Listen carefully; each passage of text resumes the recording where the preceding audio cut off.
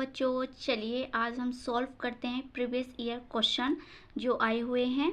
ये है जो पेपर है, ये है 2025 का पेपर है। क्वेश्चन थर्ड हमें क्या दे रखा है, what is the total number of possible matrix of order 3x3 with each entries has √2 और √3। हमें ये दे रखे हैं। अगर आपने वीडियो देखी है मेरी तो आप बिल्कुल ये आसानी से कर दोगे क्योंकि बहुत इजी क्वेश्चन है। और ये क्वेश्चन जो है वो है एक्सरसाइज 3.1 क्वेश्चन 10, बिल्कुल सेम एज वही क्वेश्चन है। बस ये है कि वहाँ क्या है 0 और 1 है और यहाँ हमें दे रखा है √2 और √3 दे रखा है। तो चलिए इसे हम कैसे सोल्व करेंगे। जो हमें ये दे रखा है, ये क्वेश्चन है थर्ड। फर्स्टली हमें क्या दे रखा है, हम पहले गिवन जो लिखते हैं वो लिखते हैं, है ना। क्या गिवन है, हमें ऑर्डर गिवन है। ऑर्डर क्या है, ऑर्डर है 3x3, ये ऑर्डर है। क्लियर हुई बात। अब यहाँ आप ये बताओ, ये तो ऑर्डर हो गया। अब नंबर ऑफ एलिमेंट कितने होंगे यहाँ, नंबर ऑफ एलिमेंट्स कितने होंगे यहाँ। अगर इसकी मैं मल्टीप्लाई कर दूँ, 3 3 क्या होते हैं 9, तो ये हमारे पास क्या निकल के आ जाते हैं, नंबर ऑफ एलिमेंट निकल के आ जाते हैं। अगर इन दोनों की हम मल्टीप्लाई कर देते हैं जो हमें ऑर्डर दिया होता है, ठीक है। तो हम यहाँ बता सकते हैं कि टोटल पॉसिबल जो मैट्रिक्स होंगे, टोटल पॉसिबल क्या पूछा है हमसे यहाँ कि जो हमारे पास है total number of possible matrix, यहाँ टोटल जो मैट्रिक्स होंगे वे कितने होंगे, ठीक है। मैट्रिसेस कितने होंगे ये तो पूछा है। तो क्या होता है, ये इक्वल होता है 2 की पावर n के। इतनी बात आपको पता होनी चाहिए कि तो टोटल अगर हम निकाल लेंगे मैट्रिसेस तो वो किसके इक्वल होता है, 2 की पावर n। अब 2 की पावर n क्या है, नंबर ऑफ एलिमेंट्स। तो नंबर ऑफ एलिमेंट्स क्या है, 9 है, ठीक है। तो n की जगह हम क्या पुट कर देंगे, 9 पुट कर देंगे। तो अगर इसे हम जब 2 की मल्टीप्लाई 2 की मल्टीप्लाई 2 9 टाइम्स कर लेंगे तो हमारे पास क्या निकल का आएगा, 512 निकल का आएगा, 512 निकल का आएगा हमारे पास जो टोटल पॉसिबल मैट्रिसेस होंगे। ये बात आपको समझ में आई। तो जो हमारा ऑप्शन करेक्ट होगा वो कौन सा ऑप्शन करेक्ट होगा, बी ऑप्शन हमारा करेक्ट हो जाएगा, 512। क्लियर हुई बात, बहुत इजी क्वेश्चन है। अब ये देखो 4 क्वेश्चन क्या है, द मैट्रिक्स ए, हमें एक मैट्रिक्स दे रखा है इज एन, हमें ये बताना है कि ये क्या है। अब ये बताओ स्केलर मैट्रिक्स की क्या पहचान होती है। स्केलर मैट्रिक्स की अगर मैं बताऊँ आपको, ये क्वेश्चन है 4, स्केलर मैट्रिक्स। जो स्केलर मैट्रिक्स होता है ना उसमें हमारे पास जैसे ए है, हमने लेट मान रखा है ए, तो स्केलर मैट्रिक्स की ये पहचान होती है तो डायगोनल में, पर जो वैल्यू होती है ना उसमें स्केलर में वो हमारे पास क्या आती हैं, सेम आती हैं, ठीक है। स्केलर मैट्रिक्स की ये पहचान होती है, अगर हमारे पास जो डायगोनल की वैल्यू है वो क्या आती है, हमारे पास सेम आती है, तो वो क्या होता है, स्केलर मैट्रिक्स होता है, ठीक है। जैसे √3 ले लिया तो ये देखो सेम है डायगोनल में, तो ये सेम हो गई, ठीक। अभी इस तो ये तो है नहीं, देखो अलग अलग है सब, तो स्केलर मैट्रिक्स तो हो ही नहीं सकता। आइडेंटिटी मैट्रिक्स, अब आइडेंटिटी मैट्रिक्स आपको इतने क्वेश्चन सोल्व कर लिए, आपको बिल्कुल एकदम पता चल गया आइडेंटिटी मैट्रिक्स क्या होता है। जहाँ डायगोनल में क्या चले, 1 चले, तो वो क्या होता है, आइडेंटिटी मैट्रिक्स होता है, ठीक है। ये एक ये रो है, ये 3 3 और ये रो, ठीक है। समझने के लिए मैं आपको यहाँ समझा रही हूँ। तो ये डायगोनल में क्या होता है 1 1, तो ये बताओ 1 1 है यहाँ नहीं है। नल मैट्रिक्स मतलब नल का मतलब क्या होता है, खाली या एम्पटी कह दो। तो ये क्या है, खाली होता है ना, तो यहाँ कोई ये खाली है क्या, इसके अंदर है, तो एक ऑप्शन हमारे पास क्या बच्चा है, डी सिमेट्रिक मैट्रिक्स। तो हमारा जो आंसर होगा क्या होगा, सिमेट्रिक मैट्रिक्स होगा, ठीक है। क्लियर हुई बात, ये समझ में आया क्वेश्चन क्या है। अब यहाँ देखो, अब ये क्वेश्चन है हमारा 5th, if A and B are 2 square matrix. हमारे पास जो ए और बी हैं वो 2 स्क्वायर मैट्रिक्स हैं, ईच ऑफ ऑर्डर 3, जो दोनों के जो ऑर्डर हैं वे क्या हैं, 3 ऑर्डर हैं, ठीक है। तो विद डिटर्मिनेंट ए हमें 3 दे रखा है एंड डिटर्मिनेंट बी जो डिटर्मिनेंट बी है वो हमें 5 दे रखा है, तो देन 2ab क्या होगा। अब यहाँ से हमें ये निकालना है, तो देखो कैसे हम सॉल्व करेंगे इसे। ये क्वेश्चन है 5, क्वेश्चन 5 है ये। अब ये एक होता है कि अगर यहाँ मान लो कुछ है के ए है, ये समझो पहले। तो अगर यहाँ से मुझे के बाहर निकालना है तो के की पावर क्या आ जाती है, एन, और डिटर्मिनेंट आ जाता है ए।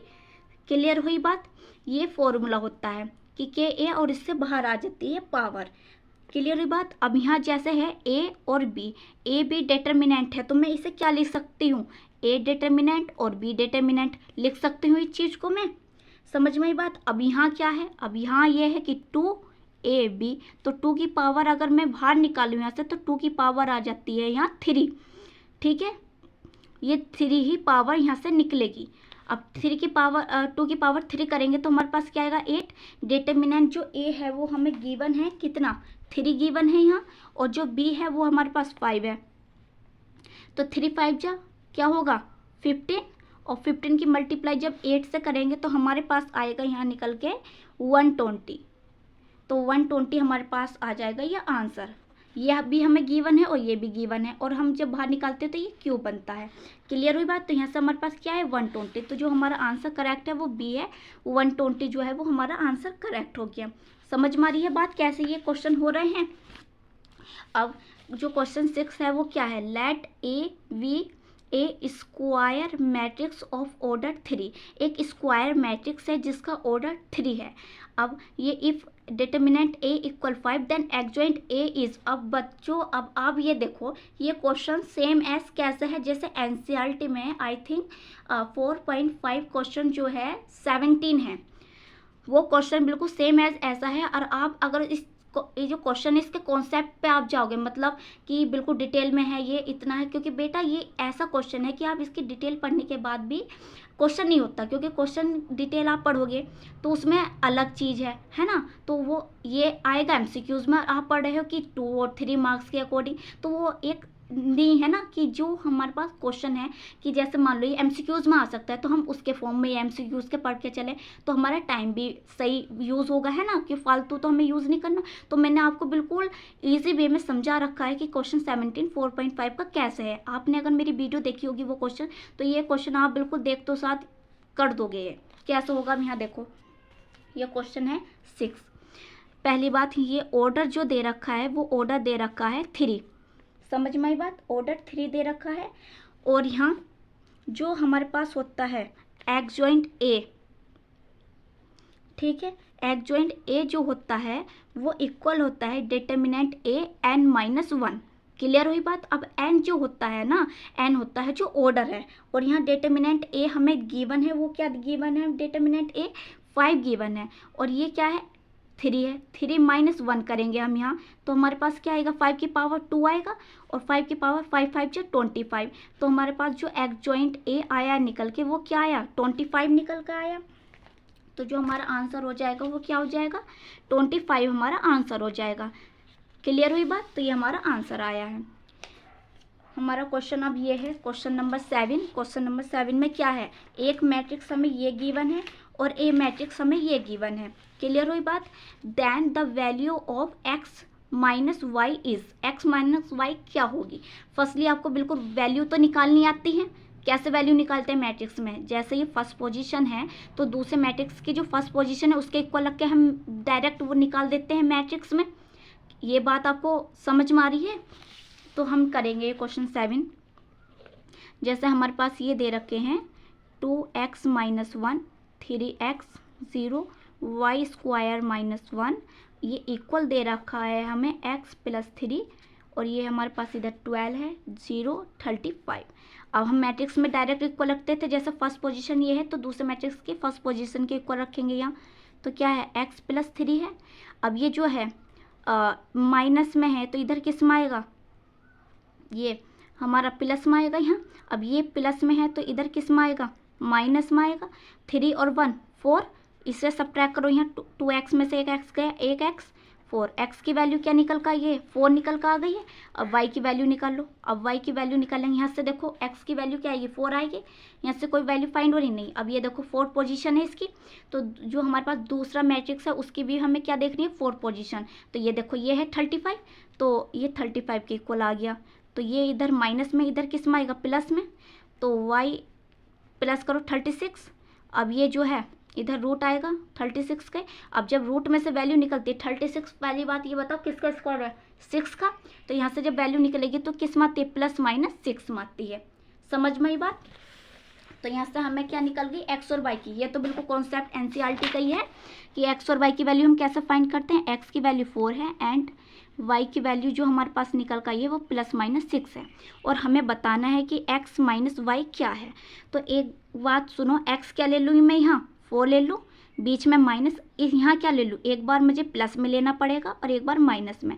तो यहाँ जो मैं y ले रही हूँ वो ले रही हूँ मैं प्लस का 6, तो प्लस का 6 लूँगी मैं यहाँ, तो प्लस माइनस माइनस, तो यहाँ से हमारे पास क्या निकल कर आई गई, माइनस की 2 निकल कर आई है हमारे पास वैल्यू। ठीक है, अब क्या करना है, x माइनस वाई, अब मैं y की वैल्यू यहाँ क्या ले लूँ, -6 ले लूँ, तो बीच में तो माइनस है, -6 लिया तो क्या आया, माइनस माइनस प्लस हो गया, और x क्या है यहाँ 4 है, तो यहाँ 4 पुट करो, 4 पुट करा और माइनस माइनस प्लस होकर 6 आ गया, तो 6 और 4 10, तो हमारे पास क्या आ गई वैल्यू 10 आ गई है। एक हमारे पास आई है -2 और एक हमारे पास आई है 10, तो आंसर देखो क्या है, हमारा आंसर करेक्ट है। एक तो हमारे पास आई है -2 और एक आई है 10, तो -2 और 10 कौन सा ऑप्शन है, बी ऑप्शन है, तो ये